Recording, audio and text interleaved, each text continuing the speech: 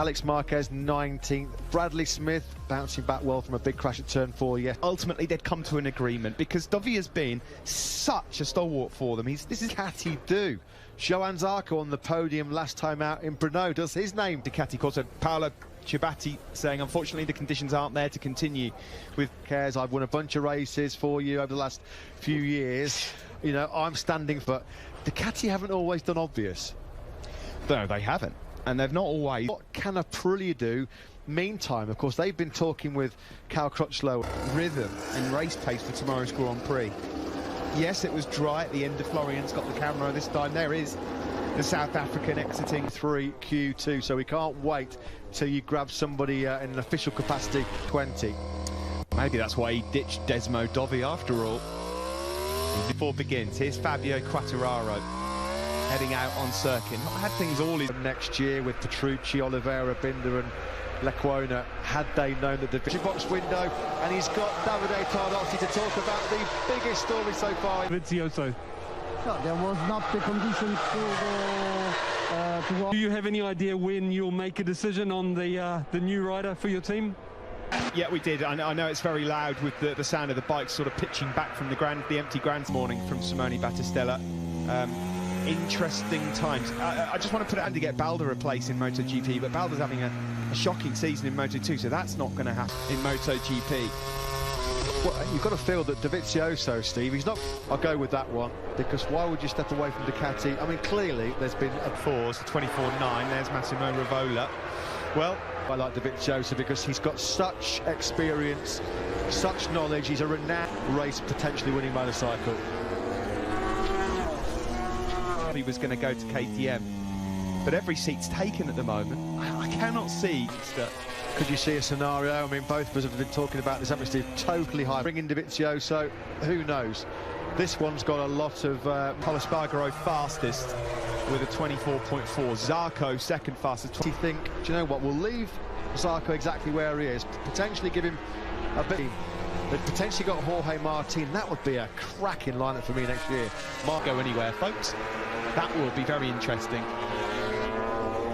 Oh, this man, Andrea Dovizioso.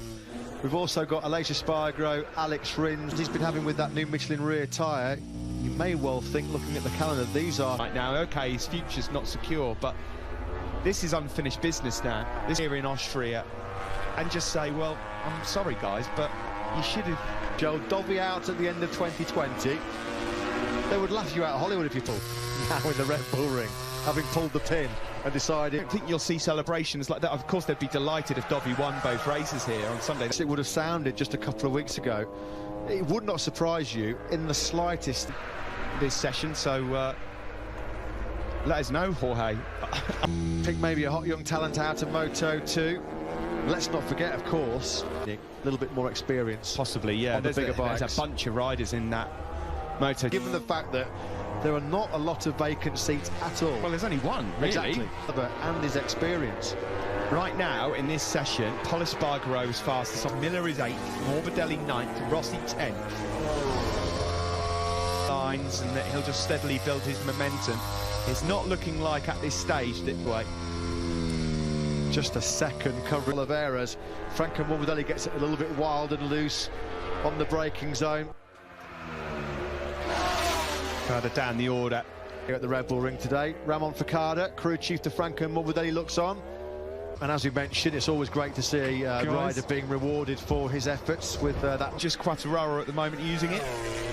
Yeah, guys, an advantage for, you know, when you're guys, it looks like the future. They're all working with it, and you know, like you, I think turn 1, it's got to help in that area as well to lower the centre of gravity.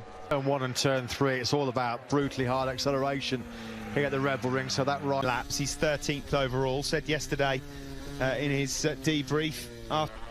Super impressed at the moment with Polispargaro in this session. He's reading off that Binder for KTM's first ever MotoGP. And his passion, his energy, he never gives less than 100%. But and at the end of the day, Steve, it was Pole's mistake running in hot at the first corner that put him into that position. He really infuriated because they were worried it was going to cost Zarco. And they're making big progress, not just in terms of horsepower, but in terms of using.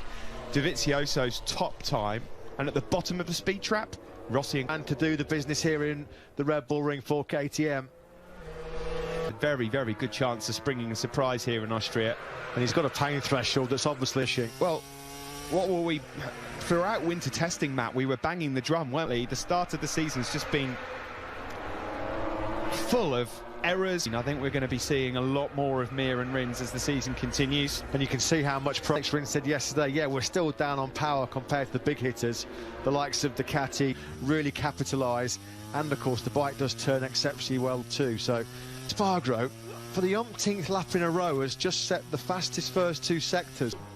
It shows that they can get that power to the ground out of turns 1 and turn 3. And when they 6th place for the World Championship leader.